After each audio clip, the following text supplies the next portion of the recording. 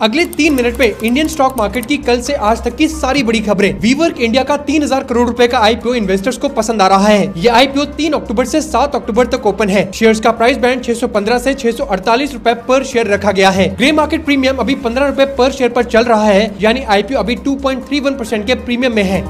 Adani cement की company ACC पर 23 करोड़ रुपए का इनकम टैक्स फाइन आया है। इसमें 14.22 करोड़ रुपीस 2015-16 के लिए है और 8.85 करोड़ रुपीस 2018 से 19 के लिए है। डिपार्टमेंट का कहना है कि कंपनी ने एक साल गलत इनकम डिटेल्स दी और दूसरे साल इनकम कम दिखाई। एसीसी ने बोला है कि ये पेनल्टीज उनके बिजनेस पर कोई इफेक्ट नहीं डालेंगी और वो इन्हें कोर्ट में चैलेंज करेंगे। ये सारे केसेस उस टाइम के हैं जब एसीसी अडानी ग्रुप का हिस्सा नहीं था। टाटा कैपिटल आईपीओ में एलआईसी सबसे बड़ा इन्वेस्टर बनकर सामने आया है। टाटा कैपिटल के 15,512 करोड़ रुपए के आईपीओ में एंकर बुक अलॉटमेंट हो गई है। इसमें सबसे बड़ी इन्वेस्टमेंट एलआईसी की रही, जिसने 700 करोड़ रुपए लगाकर 326 रुपए पर शेयर पर 15.08% हिस्सा लिया। कंपनी ने टोटल 14.24 करोड़ शेयर्स 135 फंड्स को अलॉट किए, जिसका साइज 4,642 करोड़ रुपए है।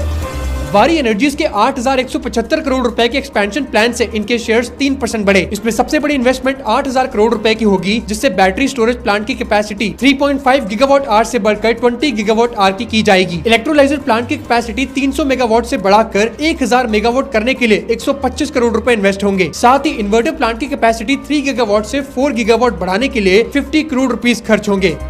इलॉन मस्क के $1 ट्रिलियन के पैकेज पर कंट्रोवर्सी शुरू हो गई है। टेस्ला के कुछ शेयर होल्डर्स और कनेटिकट के स्टेट ऑफिशियल्स ने इन्वेस्टर्स को अपील की है कि इस प्लान के खिलाफ वोट करें। इन्होंने कहा है कि टेस्ला बोर्ड सिर्फ इलॉन मस्क को रिटेन करने पर फोकस कर रहा है, जबकि कंपनी के गोल्स डिले हो रहे हैं और परफॉर्मेंस भी गिर रही है। बोर्ड के कुछ डायरेक्टर्स के री इलेक्शन पर भी सवाल उठाए गए हैं।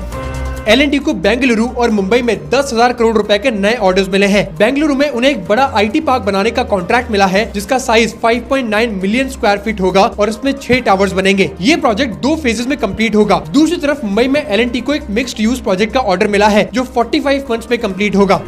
अडानी ग्रीन एनर्जी के शेयर्स 2 दिन में 5% से बढ़कर 1,078 रुपए पर पहुंच गए हैं। कंपनी ने रिसेंटली गुजरात के खावड़ा में नए रिन्यूएबल एनर्जी प्रोजेक्ट्स ऑपरेशनल किए हैं। इसमें 87.5 मेगावाट का सोलर और 25 मेगावाट का हाइब्रिड प्लांट शामिल है। साथ ही 1 अक्टूबर को इन्होंने 50 मेगावाट का सोलर और 31 मेगावाट का विंड प्रोजेक्ट भी शुरू किया है। अब इनकी total renewable energy capacity 16,679 megawatt तक पहुँच गई है।